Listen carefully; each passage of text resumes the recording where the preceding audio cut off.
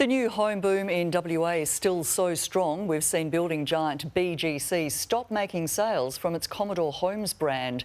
Demand continues to exceed supply and it's causing all sorts of headaches for those Western Australians caught in the midst of the chaos. Commercial lawyer Stephen Brown is here to talk about this with us this evening. Stephen, most people who buy a new build do so by signing a contract. These are usually fixed price contracts. How are things different in the new home build market right now? Yeah, good evening, Monica. So the problem now that is being experienced is one that we're experiencing around the globe is the supply chain issues are increasing the cost of materials considerably. The war in the Ukraine has exacerbated that. And then we also have considerable labour shortages, which is increasing the cost of labour. So the builders are really struggling because they've signed up fixed price contracts, but their cost of supply, both materials and labour, have considerably increased. All right, and how are builders getting around that, getting around the increasing costs when the contract is fixed price? Well, it's very difficult to them because the Home Building Contracts Act regulates this, and if it's a fixed price contract, there's very few grounds on which they can increase the price. So we are seeing on some occasions home builders trying to pass on that increase, but they're not legally allowed to do so unless the other party agrees to that increase and in very limited other circumstances. That's interesting because we received this email from one of our viewers, Stephen, Ashley Koss, who writes, "Our build increased 97k due to building cost increases." So, Stephen, that is an extraordinary amount. That is an extraordinary amount, and she should go to the regulator and make a complaint to the regulator. Should also speak to the builder and say, look, you're not allowed to do that under the contract. The contract is fixed price, and the circumstances in which we're talking about there don't justify for you to increase the price. So you can keep a fixed price contract just that?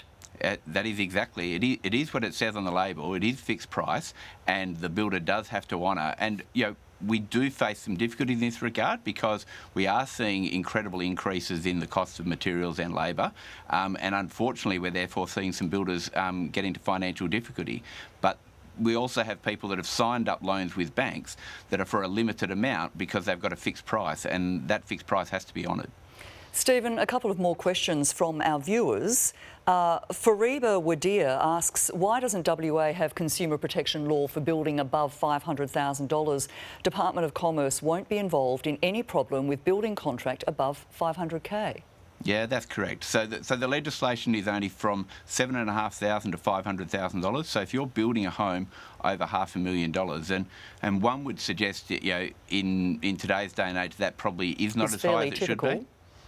And the legislator probably needs to look at increasing that threshold to regulate over and above that.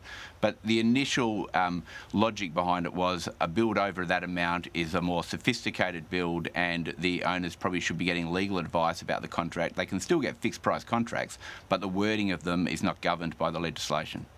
Patricia Caminita writes, the money builders pay isn't enough to even pay for just material. It's why tradies have left this industry, only going to get worse, unfortunately. Is there anything those with current contracts can do to future-proof their contracts, Stephen?